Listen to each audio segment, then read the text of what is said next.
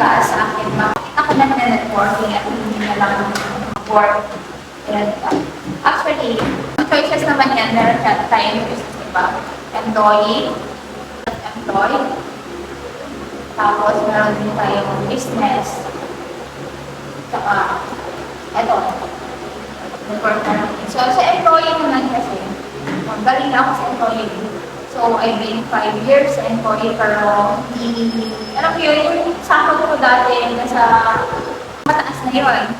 Kaso nga lang, hindi, yung mga basic needs ko pa lang yung na-provide niya, kahit hindi ako makabili yung mga gusto ko din. Kasi, let's say na lang 15,000.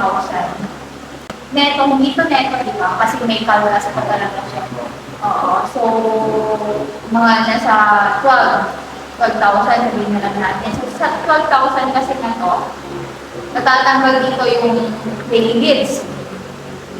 Daily needs ko, basic needs ko yan, daily needs. So, sabihin nga lang natin sa isang buwan. Isang buwan ko na salary yun, pag ito yung empleyado.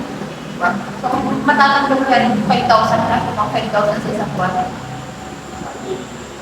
Sa daily needs.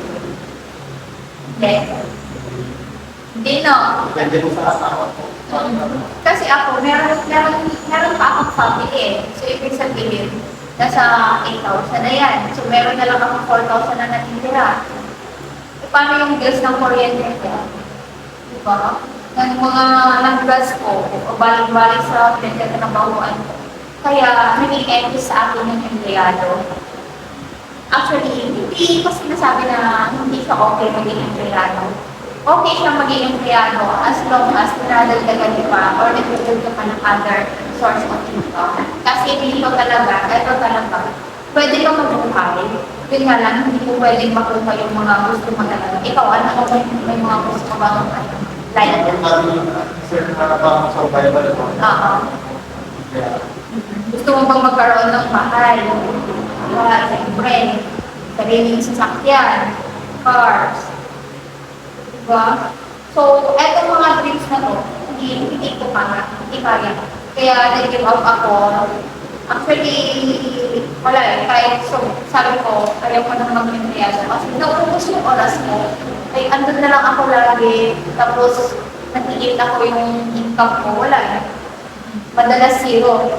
Pagka bago mag-salary pa. So, wala na. Utang ko na din. Ganon. Oo. So, next tayo. So, naging ex sa akin yan. Pero hindi kita din discourage maging empleyado. Ha?